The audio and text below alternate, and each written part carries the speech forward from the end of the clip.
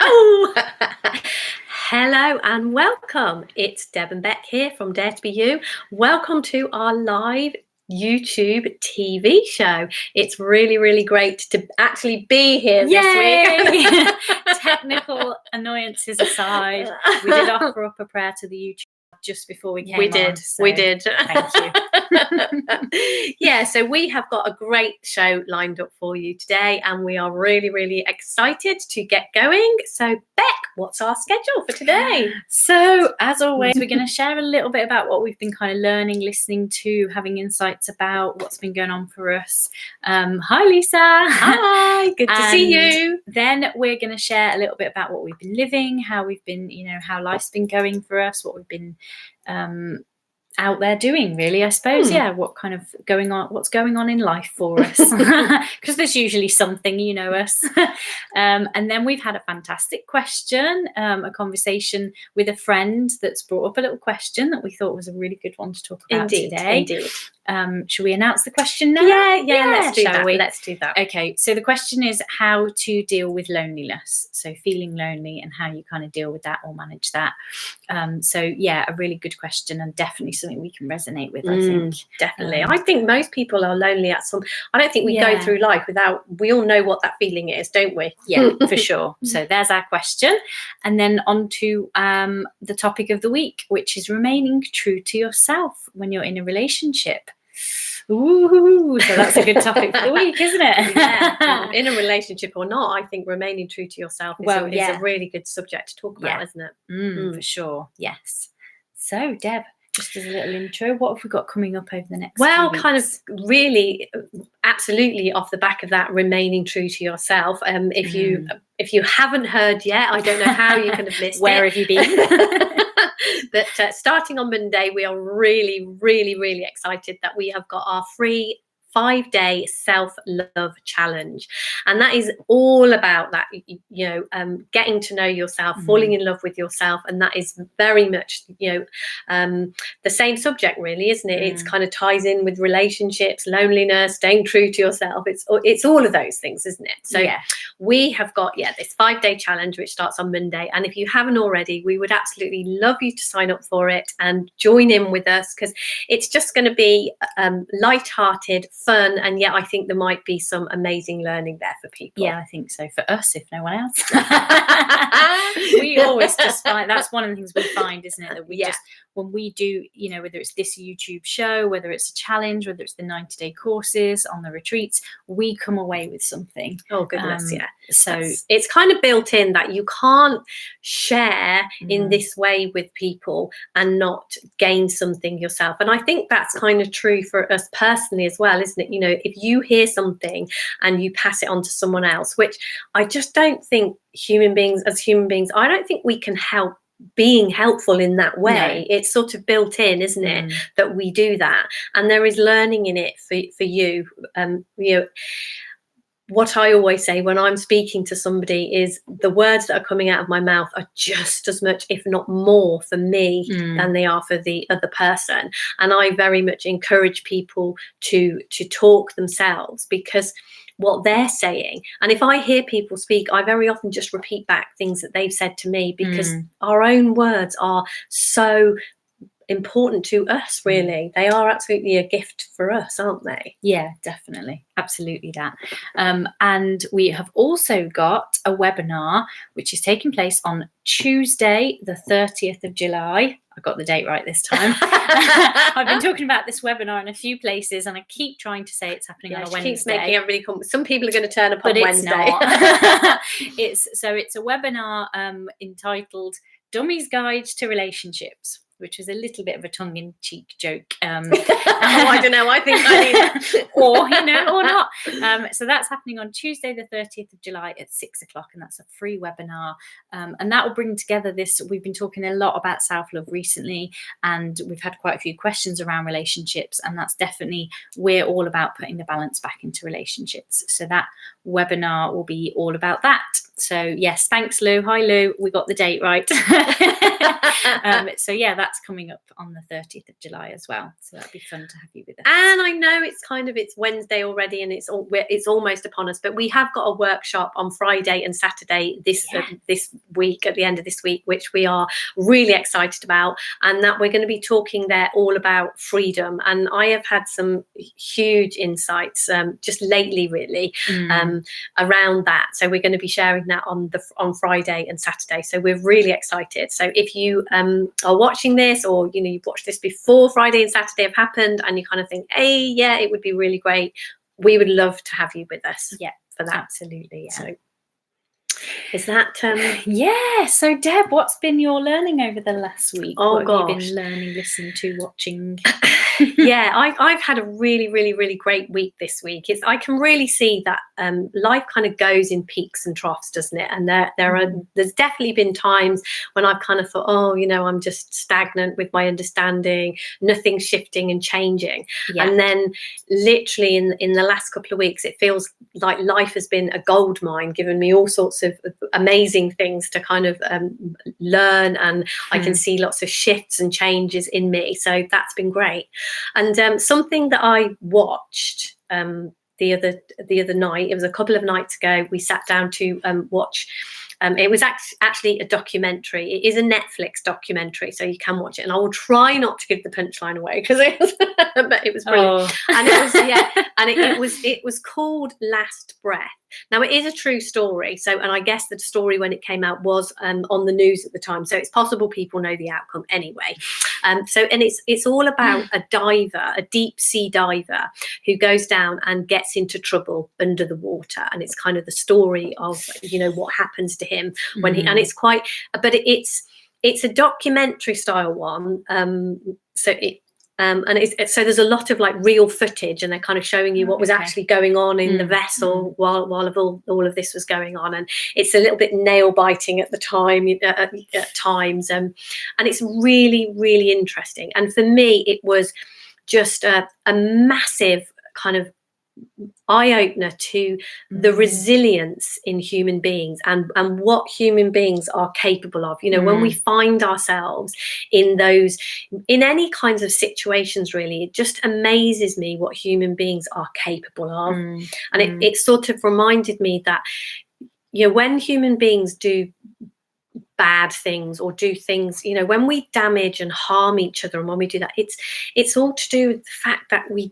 get into such an unhealthy headspace. And yet, when you see human beings, when we come together to support each other, amazing things happen. It's so beautiful to see that in human beings. And definitely the work we do is very much around kind of steering people more towards doing that kind of thing, that support, that love, that amazing connection that we have. So yeah, it was great. I can recommend it. It was really good, and it's on Netflix, and it's called Last Breath. Brilliant. Sounds really good, actually. I might check that out. So whilst Deb's been in the real life documentary world, I've been burying my head in a novel. One of the things I really love about this kind of what we see and what we understand and what we pick up on in life is that it's not just in the kind of webinars where someone's sitting and talking about this is how life works. It's in everything. And I absolutely love that about this. And so I've been reading a novel. What's it called? It's called Minding Frankie. I can't think off the top of my head who the author is, but I can find that out and drop it in the comments if anyone wants to. I'll try not to give too much away in case you do want to read it. Yeah. But it's a really nice book, and a lot like Deb was just saying about how when human beings come together, what can kind of happen. And the main story that's going on here is that there's a character in it who's been drinking a lot and seems to be quite stuck and drinking almost too much. And then he finds out that an ex-girlfriend of his is pregnant with his baby, and she's dying from cancer. So she wants him to take on the baby. And so he does. and obviously he's got this problem with drink. And so what happens is right towards the beginning of the book, he finds all this out, and then his cousin from America comes over and ends up kind of staying and helping out and getting him into Alcoholics Anonymous and setting up a rota to look after the baby.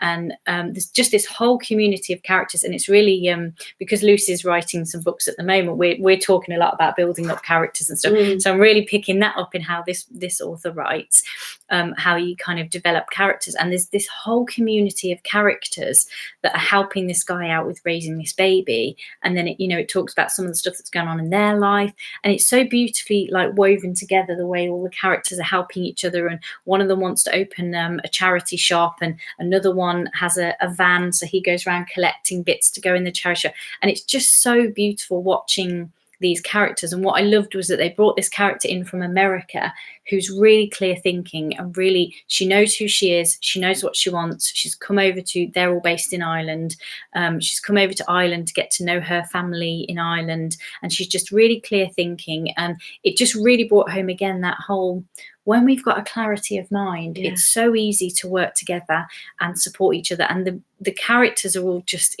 coming together so beautifully and supporting and help. And then there's moments where something appears to go really badly wrong, and you think, no, the main guy, obviously, because it's around, some of his stuff is around alcohol, he has a slip up and he gets quite drunk one night. And yet there's this beautiful community of people that do everything in their power to bring him back, and remind him he's got this beautiful daughter now that's entirely reliant on him. And they're all, it's just a really beautiful book. And just the thread throughout is this whole, when we really see that as human beings we work incredibly well and even better together, look what can happen. And the stuff they're creating in this book between them is just amazing. And we often have a little chat before we're allowed to give away behind the scenes and we always have a little bit of a chat of, what have you been learning this week, what have you been living this week, and what do you want to share? And I was kind of going, I'm not sure. And then suddenly it just came to me, do you know what, it's a novel. So to answer your question, Lisa, no, it's not a true story, it's a novel. It's entirely made up, and yet there's threads of truth running through it. Yeah, what was coming to me when you were saying that is kind of how in life, when we sort of set out to do something, how the universe meets us. Yeah, that was what was coming to me with the characters. And I can really see that, in what we've done, how when we've moved in together and we've kind of started this business, and some of the calls we've had and the people we've talked to. And sometimes it looks like there's obstacles in the way. And then other times you can really see how stuff kind of works itself out, and how amazingly life kind of comes to meet you halfway when you set out to do something. It just, I'm raising a baby. It's like a community thing, isn't it? It's definitely. I think it's difficult to do that on your own, and I think it's not. It's really good. A baby needs a community to be definitely, and that's really coming out in the book. And what I really love is that, even in a novel, even in a, for the most part, I imagine those characters are entirely made up, although I'm sure there's elements of, you people can hear, stories like that have happened a million times. And yet there's this knowing in every one of us as human beings. So the point, that I'm making here is that we kind of know that when we're in a clarity of mind, we can do incredible things. And when we work together, magic happens. It's way more than the sum of the parts. That's what I kind of see. When human beings come together to do something together, it is way more than you get two people, and yet it's more than two. And we've definitely seen that, like with Lucy's writing, with our business, with what we do. I am incredibly interested in creating a mastermind group. It's been something that I've been talking about for quite a while. And I think because when human beings come together with a common goal to support and help each other, absolute magic happens. Yeah, definitely. And that's the thing, you can hear that in the way she's written the book.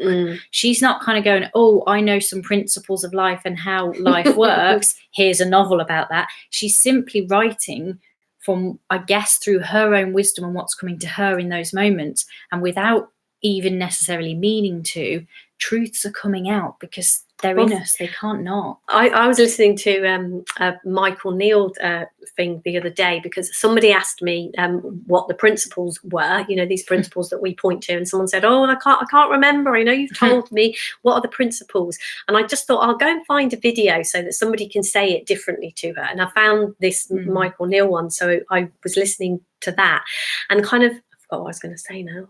We were talking about how truth is in us and it just comes out. And what he said when he was talking about the principles, he said, we can get in, what's mind again, and what's consciousness. He said, but one of the things he said that we have absolutely got in our favor is, even if we do it in a very clunky, clumsy way, we're pointing people towards a truth. And this is what I see. Anybody, when you get into this conversation with them, it doesn't take long before we begin to see areas in our life where we can go, oh yeah, I can see when I'm clear-minded, or I can see that my thinking did that. I can see we are pointing towards something that is truth, which is hugely, and so you do see it everywhere, don't you? Yeah, because as you're pointing towards that, life is already truth. That's what's happening. Truth is being lived. So as you point towards it, it's happening. Yeah, absolutely. It's happening in front of you. And that was just, for me, it just occurred to me that the learning I've actually been doing over the last week is coming out of a novel. Yeah, and this is it. We can see this everywhere, can't we? Yeah. So, living. What's been happening in your life this week, Deb? Oh well, my life at the moment is very baby orientated. It's I have, as I said, I've had an amazing couple of weeks with insights around all sorts of things, and I've had some amazing conversations with my daughter, the one who's had the baby is now, Zach is now he's coming up on 4 months, and he's a gorgeous little boy, and because he had that, anyone who knows anything about me will know he had a very bad reaction around the time, or some bad thing happened to him around the time when he had his first set of immunizations. So he's had his next immunizations in hospital, and that was yesterday. So he was in hospital yesterday to have these, and they kept an eye on him, and he definitely he had a little bit of a blip. He wasn't well. He kind of went down, and my daughter phoned me at one point and was like, oh, mom, will you come over? And after he'd come home, will you come over and see me? And we had some really, really beautiful conversations around how life works and how we can trust our own intuition, how, or whatever you want to call it, wisdom, this inner knowing, this, I don't know what I would actually call it, but this beautiful thing that we've all got inside ourselves. We can trust that. And I've really seen that, in my upbringing, and definitely in the way I brought my daughter up, innocently and accidentally, I didn't teach her that, and I didn't point her towards that because I didn't know. And definitely, since her baby has been born and since all this has been going on, that's where I've been pointing her. And when we had this conversation yesterday, when she called me to go over yesterday because she was a little bit concerned about him, we were talking about that then, and she said she's beginning to see that she gets anxious sometimes, which, every human being, I get anxious. We all get anxious, don't we? It's easy to get anxious. And she kind of recognized that she gets anxious sometimes. And then she kind of says, and yet I can see another time when I'm just doing something that I know needs to be done. And so it was kind of pointing her towards the difference between this anxiety when she's just, her mind's playing havoc with her, and the times when there has actually been a problem with the baby and she's just phoned 999. She hasn't, her instinct, that she's just kind of followed it. And it's like recognizing, there's something in her that knows the difference. And she said to me, when I phoned you yesterday, we kind of worked out, and we decided like she was following her wisdom then because she was getting anxious. And what's the best thing to do when you're getting anxious? Phone my mom, because my mom will calm me down. She'll, and it was like, that's exactly it, isn't it? Yeah. Follow that wisdom in that moment. And it's like, we all have that. And to me, we can kind of do more of that and use that more in ourselves when we recognize it. Because I can see throughout my whole life, I had that. Throughout her whole life, Laura has had that. And, you know, Zach already has it at 4 months old. He already has a deeper knowing within himself. And it's like, the only thing that's changed for me now is that I see that more and I recognize that more and I trust it more. I know that I can trust it. And that's it. That's all that's changed. It's not, nothing's been added to me, but I just have a knowing of that. And it's life-changing to know that you can trust that. Yeah, it was really beautiful when you were sharing that earlier, because you kind of, Laura's my cousin, and so earlier when Deb kind of came back this morning after you'd had a little, been out for an appointment with her, you were kind of sharing that whole, sometimes our wisdom is saying, I'm not clear enough here, I need to go to a clearer voice, a clearer someone I know that in this moment can hold some clarity for me.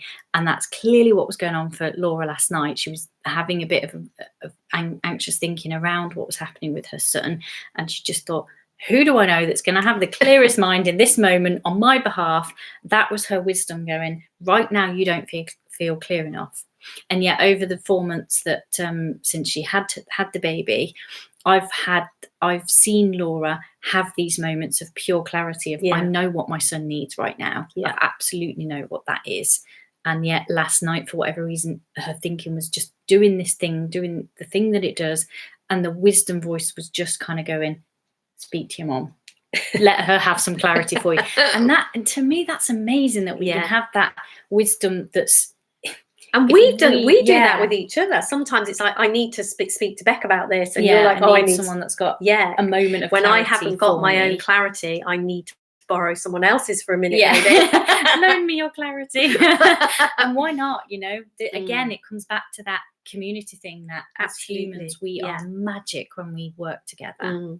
Yeah, I love that. Cool. So my living this week, I am planning a holiday at the end last week of August, early September, and with my partner, and we're planning to go up to Scotland, which is miles away from here. I don't know what possessed us, but we're planning to have sort of 10 days in and around Scotland. And one of the things I absolutely love, like almost one of my favourite things in the world, is to go and explore somewhere entirely new. I just absolutely love going to fresh ground, you know, somewhere I've not been before. Maybe I know a little bit about it, or maybe I've heard other people that have been to visit and I think, oh yeah, I want to go there.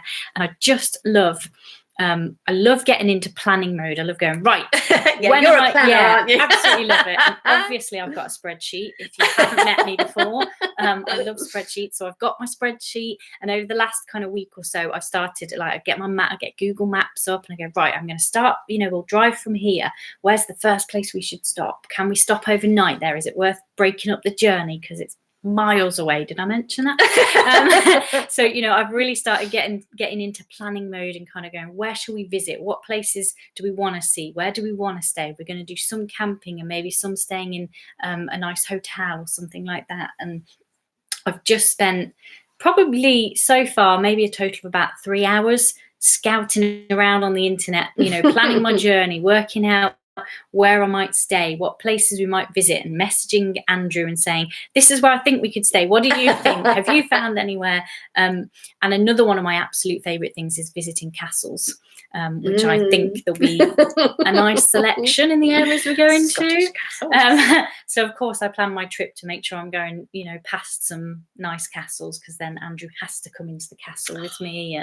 And so, yeah, I absolutely love doing stuff like that. And the holiday itself is probably almost as fun as the planning it. I actually get almost as much joy about the planning and the, you know, oh, will we go there? Oh, I wonder what will happen here. And I really enjoy kind of finding places to stay that are just a little bit different. Like you were sat next to me tonight, weren't you? I was going, I found a safari tent. Shall we stay here? And I really like going somewhere that's a little bit off the beaten track, somewhere that, you know, because I can really see that when we put ourselves out in life, things happen, things that, I mean, I can't plan. I like to think I can plan every moment of the trip, but I also know that life's going to bring me some stuff that, you know, I'm not going to Stuff's going to happen. That, we're going to drive past something and go, oh, we didn't think about visiting, let's go there. Or, you know, or we won't make it to one of the campsites because this happens or that. And I love that part too, because I just love knowing that I can turn up in life and life will just bring me amazing adventures and experiences that I can't plan. And I'm not fooled enough to think that all this planning means that it will go exactly as I imagine it will. Good, because it won't. I know that. You know, and there's even a part of me that goes, I don't even know if I'm going to go to Scotland. I like to think I will. I like to think, you know, we've booked the time off work. We started planning. We started booking some of the campsites we're going to go to. We've had a look at the ferry to go, you know, over to a little island and things like that. I don't even know if I'm going to make it to Scotland. I've got no idea.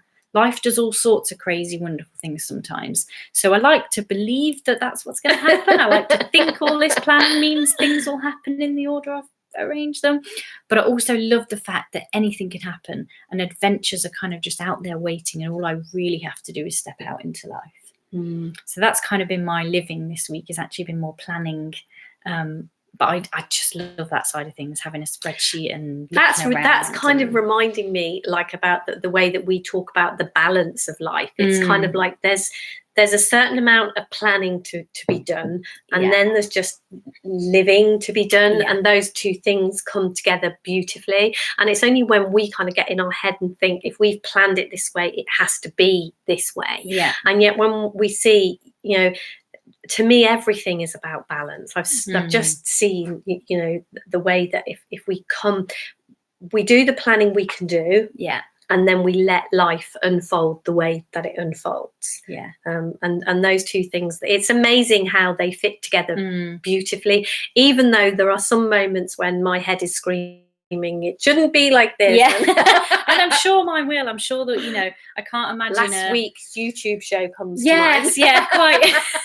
I can't imagine in a period of sort of 10 days of holidaying there won't be at least one or two things that go slightly differently to how I envisage them. And for me, sometimes some of the most beautiful moments happen in those entirely unplanned, unscheduled parts of holidays, or even just life generally. Some of the most incredible things happen in those moments. So, you know, I get a real kick out of spending the time doing some of that planning and going, oh yeah, I'm going to see that castle, and I'm going to get on that ferry to go to that island, and I'm going to hopefully camp next to that loch, and, you know, those kinds of things. I really enjoy that, you know, I think almost as much as the actual holiday itself, I imagine. And that for me that's just the fun of this living that we talk about, that we kind of do in a totally different headspace to what we used to, I think. Absolutely, there would have been a time when, you know, to me, control of everything was so vitally important, because if life didn't go the way that I thought it should, I just didn't feel safe. You know, I couldn't have got in my car and just driven somewhere or done something, because that just felt way, way, way too scary. You know, there was no way I could do that. Now that just looks like an adventure to me. And so it is a completely different headspace to come from. So that's been my kind of living and fun over the last week.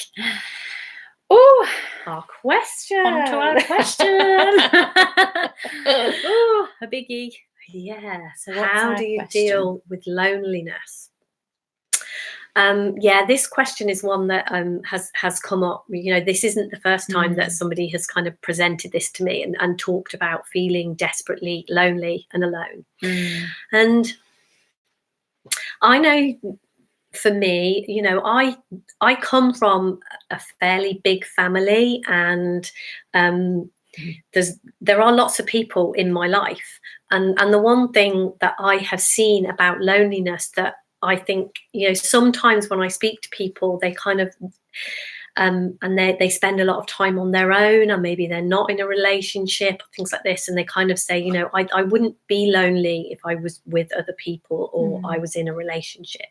And one of the biggest things that I've seen about loneliness is that isn't true. You know, there are so many times in my life when I have felt desperately lonely, and I have been with somebody, you know, in the room holding hands with somebody that I love, and yet inside me it's felt like there's this huge hole and this massive pain, and I've just felt alone and disconnected and as if I don't belong.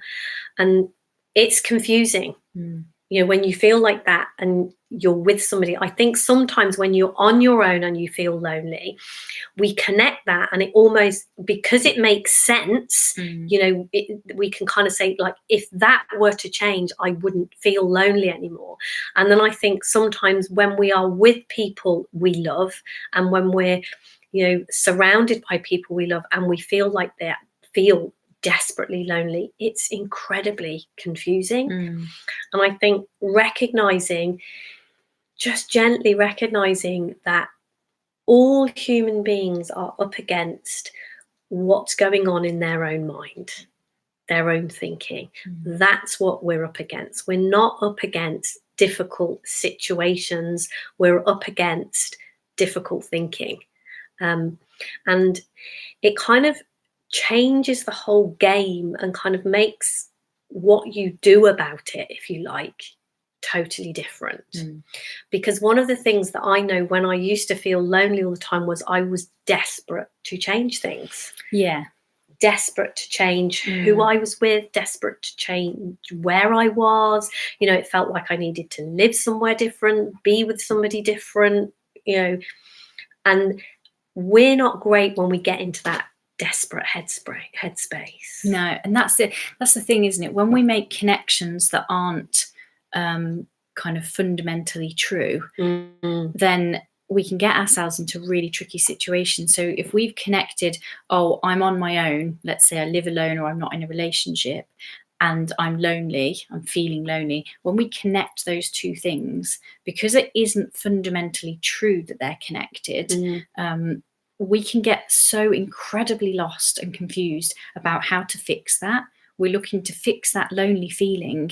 And if we think the cause of that is I live alone, or I'm not in a relationship, or I'm in a relationship with the wrong person, sometimes if we feel, whatever it is we've connected that loneliness to, if we've made that connection, and because that's not fundamentally true, we're going to go out and try and fix this thing that isn't actually the cause of the loneliness. And we can get ourselves into such a mess and so much confusion trying to fix the thing that isn't even the cause. And so for me, again, I think we've pointed to this before, in fact I'm sure we have, that when we really start to see where that feeling comes from, there's so much more kind of ease and gentleness around that feeling, that we even drop away from having to fix that feeling. Like the need to fix that feeling drops, because there's no connection being made that's a false connection. The feeling starts to make sense as to why we're having it, and it's simply the thinking that we're having in those moments. And that explains, it makes it so clear why we can feel lonely when we're literally sitting next to a person holding their hand. And it can even be someone that we love in a really beautiful, healthy way, and we can still feel lonely. And that's because the connection that we've made with, whatever it might be that we've said is the cause, isn't the cause. And the more we see that it's the thinking we're having in that moment that's bringing about that loneliness, the less we see the need to do anything to fix loneliness, because we notice that thoughts change and feelings change and those things pass. And I know for me, when we've had this kind of conversation a lot before, and I used to live on my own, and I absolutely loved living on my own. And I know, having had this conversation before, I would kind of say that to people, I live on my own. Oh, you must be terribly lonely. No. I mean, I'm sure I felt lonely at times, because I know that feelings and thoughts come and go. So I'm not saying I never felt lonely, but there wasn't this fundamental belief, oh, I live on my own, therefore I'm lonely. That just, for me, that hadn't, those connections hadn't been made. And I absolutely loved living on my own, and didn't kind of have this connection of, oh, I'm alone, therefore I'm lonely. And really kind of seeing, and like we often say, get curious and explore. That's exactly what was coming to me. This whole, if you do live on your own and this feels like, oh, well, it's okay, you know, both of you are in a relationship, you know, we even live together, we're not, you know, and it's kind of like, oh, it's very easy for you to say that. And yeah, you know, I hold up my hands up. Yeah, totally agree. But what I would invite you to do is get curious. You know, what if that connection isn't there? And it's kind of like, and until we are brave enough to look, to kind of to hear something around that, I think we keep ourselves stuck, because I can see there are so many areas where I have done that innocently and accidentally, kept myself stuck in a place because I think I know something. I think, but that is connected. And it's kind of like just getting curious around, you know, what if it's not? And I know, you know, it can be hard at times, and we're absolutely not trying to make light of that desperate, horrible hole that loneliness can cause you to feel. It's not nice. No. So, and it takes courage to step up and go, okay, I'm going to look this in the face, and you know, is there a connection there? And if there's even the tiniest chink of light in that, if there's even the tiniest moment of there might not be a connection, that is enough to, you know, crack through that, like to really see something different there. So it is an invitation to be curious, to explore, and maybe there's courage needed in that. And you know, we've been through some of that ourselves in our own stuff, in our own ways. So it's absolutely being curious about that and seeing if there's something else in that. And I am sure, you know, we're going to have moments in our life moving forward where we're going to feel desperately lonely. I'm sure we will, yeah, because thoughts and feelings come. Yeah, so. Absolutely. So, yeah, for sure. So hopefully that goes some way to answering that question. And, you know, as we've said, I think before on these shows, we love your questions and we love being able to keep asking them. Yeah, share what we see around that. So do throw some questions. And if anything at us. comes up, to, you know, if you disagree with us, or you've got any comments about what we're if you've got any comments about what we're sharing, you know, please feel free. And we're very visible, so if you don't want to comment publicly, which we would absolutely love you to do, but feel free to, you know, contact us. And we're I think we're fairly accessible, aren't we? Fairly accessible, yes. So our topic of the week, I'm looking at it there because it's no, I would never remember all of it. We have a little schedule on the wall just to keep us on track. Otherwise we'd be here all night. Yeah, so our topic of the week, remaining true to ourselves. And we talked about this a little bit in a Facebook Live, didn't we? Started this because this came in. This was a conversation we had with somebody as well about this.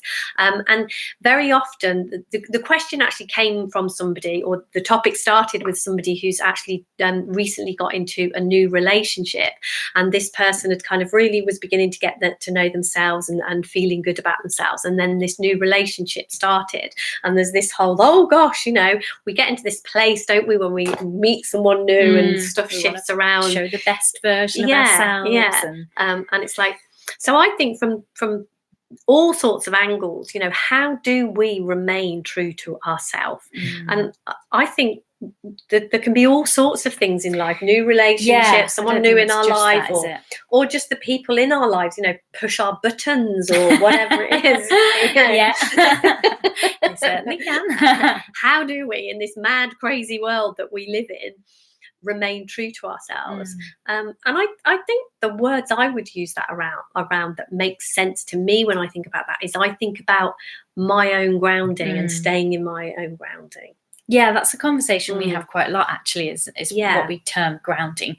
And if that's not a word that either resonates or is familiar with you, I'll maybe just give a little how I might explain what that means to me. So you've probably heard us talk a lot about what we do. A lot about what we consider to be the kind of truth of how life works. So it's around thoughts creating our feelings, and it's around the being a deeper truth to who we are. We're kind of not just this human self that you see kind of here on YouTube.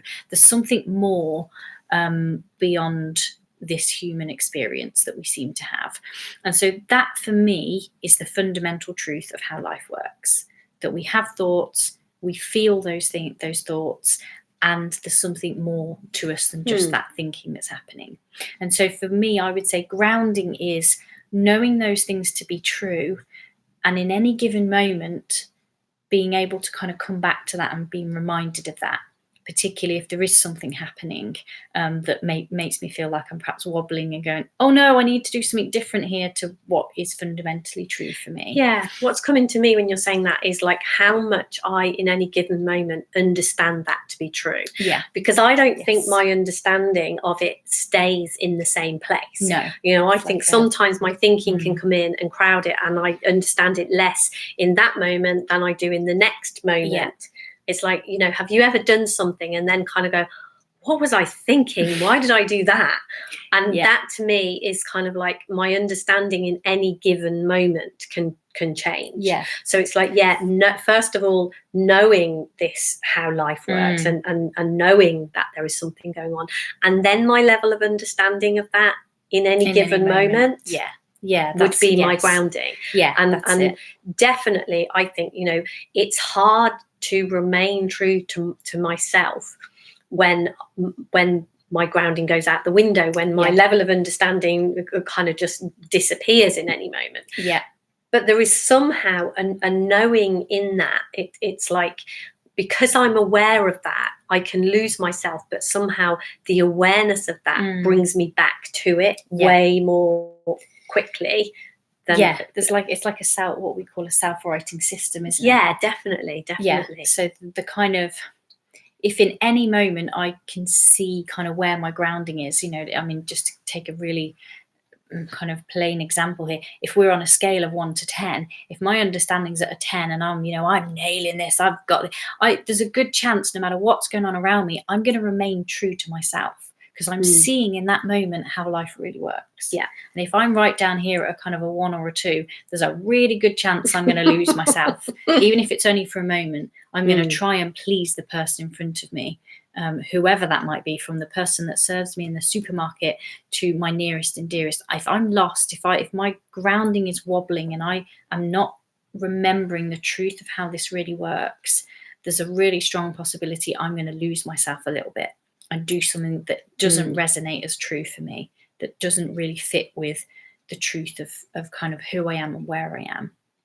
And what's coming to me when you're saying that is kind of understanding this truth, for me, feels a little bit like learning to drive. It's like when I first learned to drive, I had to really be aware of where the gears were and which gear I was going to go to next and what I was going to. Now it kind of looks to me that I get in my car and I'm somewhere and I'm like, oh gosh, did I change gear and brake and press down my clutch and do all those things? It's kind of coming automatically. And it feels to me that when I'm in this conversation and I'm aware of how life works, I don't kind of have to have it on when we're sort of saying my level of understanding. It doesn't feel like I have to be aware of it all the time. It just feels like the more that I know this, because I in a very fun, lighthearted way remain in this conversation, I just know it, you know, and it feels like my level of understanding stays reasonable. And even in those moments when I'm losing myself, it hasn't gone anywhere, as in the same way that my understanding of driving doesn't go anywhere just because. The driving's a really good example, actually, because just the other day I had I was in the car. This is a shameful admission here, but I was in the car and there was there was somebody driving. What did they do? I can't remember if they overtook me or they did something that I judged to be quite a silly thing to do on the road. And I was having a real moment of pure anger and road rage. I didn't use any bad words, which I was quite proud of myself for. But I was really quite angry and really, I was shouting at this car. And I think they overtook me, but I think they did it in a very, what would have been quite a dangerous way. And where we live, we've got some quite windy country roads. So there's moments on the road where it really is quite not a good idea to overtake. And so I was, really giving it to them. The car, they were in front, they were an hour in front of me, and I was really giving it to them, really telling them what they'd done wrong. And I could feel the anger in me, and I could feel the tension on the wheel and all of this. And for a good few minutes, this was happening. And then there was this part of me that kind of went, hey, if you continue this, you're not safe on the road anymore. You have completely lost clarity. You're not holding your car safety on the road. You're not concentrating in a nice, easy manner of what's going on around you. You've now become the unsafe driver. And this just really suddenly just came through me of, do you want to be the unsafe driver on the road? Is that the person you want to be? Is that the situation you want to be in? And I just felt myself go, no, I don't. That's not who I am. That's not where I want to be. If I'm trying to tell this other person to be a safer driver, now I'm in anger, and now I'm stressed, and I'm tense, and I'm walk not your driving. own talk. Yeah, exactly that. It just came to me. Whoa, drop back into being the gentle, best version of you. And actually, in some ways, that's dropping back into grounding. Yeah, that's coming back to grounding. That was a pure moment of, I was totally out of my grounding and really giving it to this other person. And in doing that, I was being the unsafe driver. I really saw that.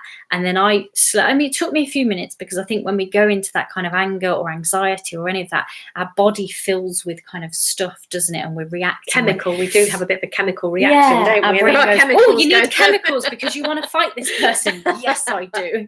So our body fills with those chemicals. And so it took a good few minutes for my kind of whole body to relax back down into nice, comfortable, safe, happy driving. And I really felt that shift from anger and annoyance and, I'm now actually the dangerous driver here, because any minute now I'm either going to be not concentrating and something's going to happen and I'm not going to react quick enough, or I'm going to, I was thinking about zooming up to him and beeping him up and all that kind of stuff we do. And then it was just passing, and I was like, yeah, I want to be the safe driver on the road, actually. And grounding to me feels like the little crack of light that allows that thought to come in. Exactly. That allows you to have the thought that says, do you want to drop this? Do you want to go back to that place? And it feels to me like that is kind of like a byproduct of being in this conversation and having this kind of a bit of this sort of understanding. It feels like, when our head starts doing so a fly has just landed in Bec's drink and I don't think it likes it. Oh dear. Poor fly. So that kind of little bit of light that comes in is our grounding. So for me, staying true to myself comes down to, I guess, knowing myself more deeply. I know that I said this before. I know that it's something that I say fairly regularly, that I don't think that it's an accident that one of the deepest spiritual teachings is know thyself. I think getting to know me, getting to know who I am in all aspects. We point to knowing your human side, because it looks to me like we have a human experience here. Understanding what is that, how does that happen, what is that about, who am I as a human being, and also what is this deeper part of who I am, what is that, so to me, kind of being able to stay true to myself. I can't stay true to myself if I've got no clue who I am. And so the investigation for me is who am I, gently questioning that for myself. And this conversation that we're having, this what we've been pointing to, this whole what I've seen in all sorts of areas is we're kind of like two parts almost in one sort of way. We are human and we are spiritual.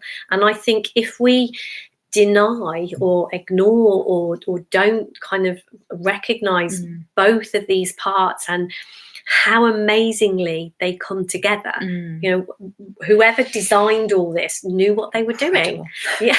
Blows me away. Absolutely. And these two things just fit together like the most beautiful jigsaw puzzle ever. And when we have the two parts of that puzzle, we come to this amazing place of balance. And from that place of balance, we can stay true to ourselves. I was going to say like bacon and eggs.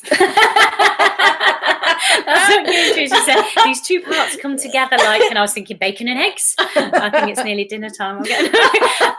It's exactly that, isn't it? There's something way beyond our human intellect that has designed this in whatever way you want to, however you want to see that, whatever works for you. I think human and spiritual really works for us, but whatever, find your, and that's part of getting to the knowing thyself. Get to know what resonates for you. There's two things that seem to happen here kind of all at the same time, and it's when that happens and when we're really in the flow of that, it doesn't appear as though there's two things happening. And for me, that's where freedom lies, when those two things are just happening at the same time and we're not seeing the duality of it and we're seeing the oneness of it and the flow of it. That's when we are just in that zone, in that magic, in that living life stuff that we've been talking about a lot tonight, because those two elements of whatever, the two sides of this coin, whatever this life is, however, you know, I can't even find there aren't the right words, I don't think, because there aren't any, I don't think, because it's before the words, isn't it? It's before the words come to us, but it's happening and it's flowing and it's going. And my hands are going like this because I can't find the words. But it's an experience, isn't it? And I think all of us, you know, we can point towards that. And I think there is a knowing, you know, people are nodding and kind of going, yeah. We kind of, we hear what you're saying. There is something. And, you know, when those two things, and we know when those two things come together out of balance, you know, we feel that. We're wired to feel when we're out of balance. You know, when we kind of say, oh, I'm out of sorts, it's not right, there's something wrong. We know that. We intuitively know it. And to me, kind of being pointed in the direction of what is it that's got out of balance, and it is kind of the knowing of who we are. That's what I feel we've kind of forgotten somewhere, something of the truth of who we are. And, you know, going back to the question earlier, we feel lonely and we struggle to remain true to ourselves when we don't know who we truly are. And in the moments when we connect with that and see that, then life is easy. You know, no matter what, and we can be in any circumstances and life is still has this ease and flow about it. When we, you know, circumstances that we don't want, circumstances we wouldn't choose, you know, all sorts of things happening. And yet when we are in that place, life still has a flow and an ease about it. And when we're in that place, and then we also have, you know, circumstances that we say, we just thrive, we have a blast, we have fun.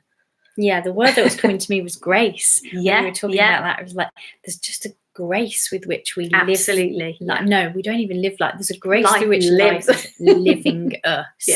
When those two things, whatever they are, and they're not even really two, it's the same thing. We're just experiencing it in two kind of versions. And when that's happening, there's just this grace that life lives through us.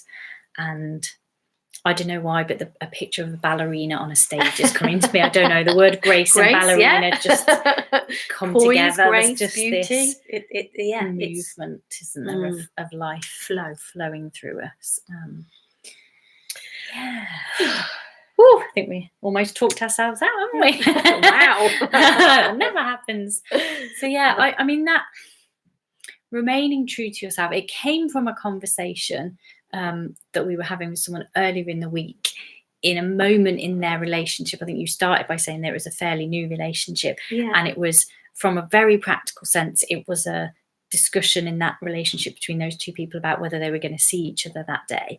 And I think all that beautiful conversation there about grace and life living through us, and when you know yourself and when you see how this works, you can remain true to yourself. Because in that moment, those two people were kind of having a conversation about whether or not to see each other on a particular day. That's a real practical thing going on there, isn't it? There's a real, and that happens in relationships, whether it's a working relationship, a partner relationship, a family. There's practical stuff sometimes that calls us to answer.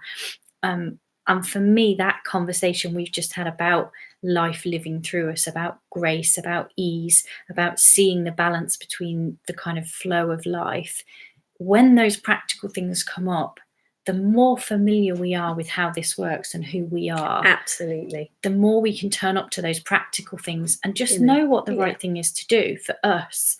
And when we do the right thing for us, we're doing the right thing for the other person, even if they don't know it.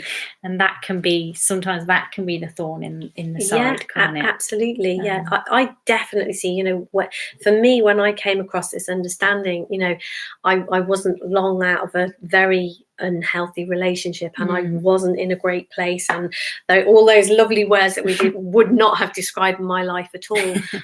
and what I saw was, you know, I got a teenage son at the time, and actually, I don't think he was even a teenager. I don't think he was that old. I don't think he'd quite hit teenager. I'd got a teenage daughter. Yeah, definitely.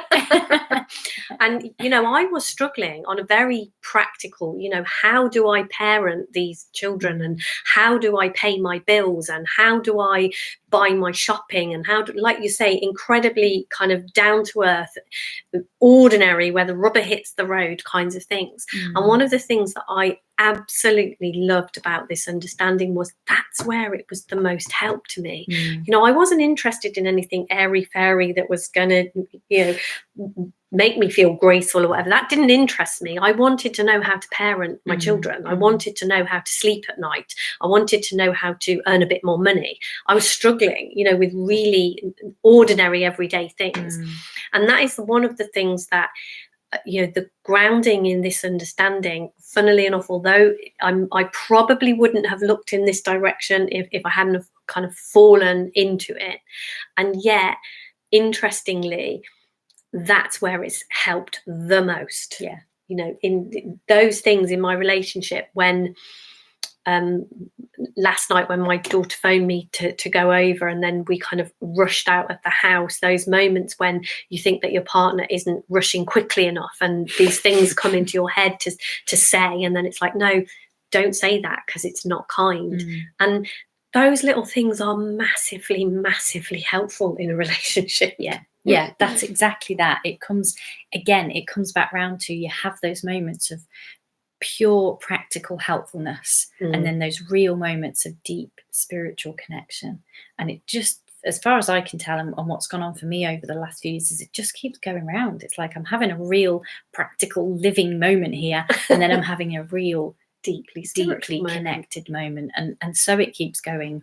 And I just love that. I love that ebb and flow of life. Absolutely. I think life is a contact sport that is really, really fun to play. And like any sport, you know, if you know the rules and you know how it works, it's way easier to play.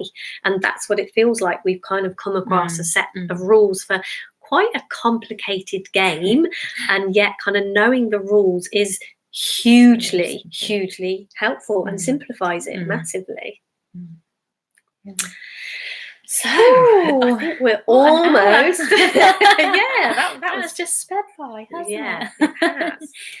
So we would like to say thank you very much for anyone who has been here with us tonight, and anyone that is listening to the replay, and to remind you of our 5-day challenge. If you've not signed on to that, please do so. Join us. Yeah, and we are going to be back here next Wednesday. Are we 5:30 again? 5:30 next Wednesday, yes. And it looks like we've sorted our technical issues, which are absolutely brilliant. So we will be all over the place sharing this now. So we will be back here 5:30 again next Wednesday. Yes, we can't wait to see you then. And we'll be in the middle of our 5-day challenge by then. So no doubt we'll have some stuff to share. We will probably have a lot of living and learning to share. Sure. Thank you so much for being with us today, and we look forward to seeing you next week. Take care. Have a Lots great of week. love. Bye.